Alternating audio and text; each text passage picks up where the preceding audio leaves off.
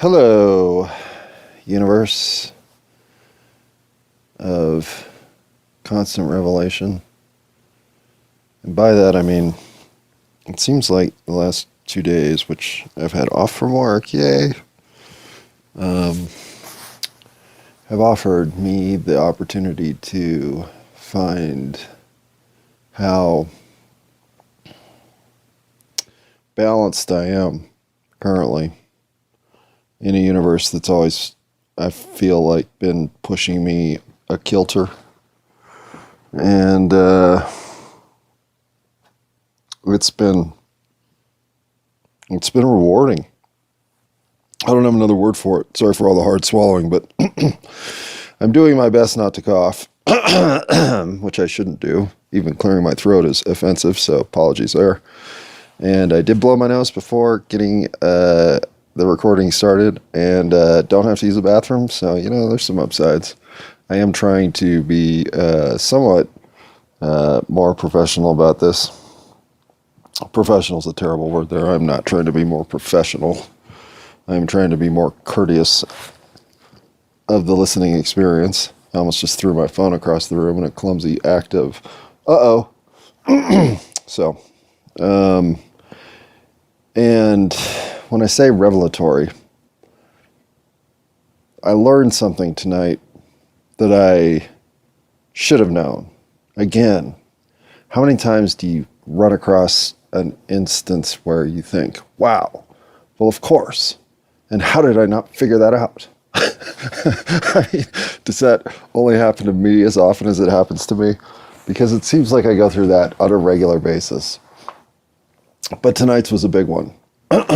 And I gotta tell you, the way minds break are a myriad. They're just from subtle to significant to severe to slight. There are just multiple ways for people to become broken. Whether they lose their trust, or they become overwhelmed with fear, or they become capable of abuse, or they become capable of violence, or they become capable of taking another life. There are just levels at which the mind can break. And one of the ways mine broke that I've spoken about is constantly deflecting, suppressing, and doing everything I could to pretend that my emotional reactions were just there to be ignored, controlled, and sent down a box of never to be spoken about again, which in some ways broke my mind, because trying to do that was denying way too much of how I truly act and react in the world. But another way that my mind broke early was in the belief that that not only do mistakes have consequences, but I guess I saw the world as a place where everybody starts with a pile of 10,000 gold coins.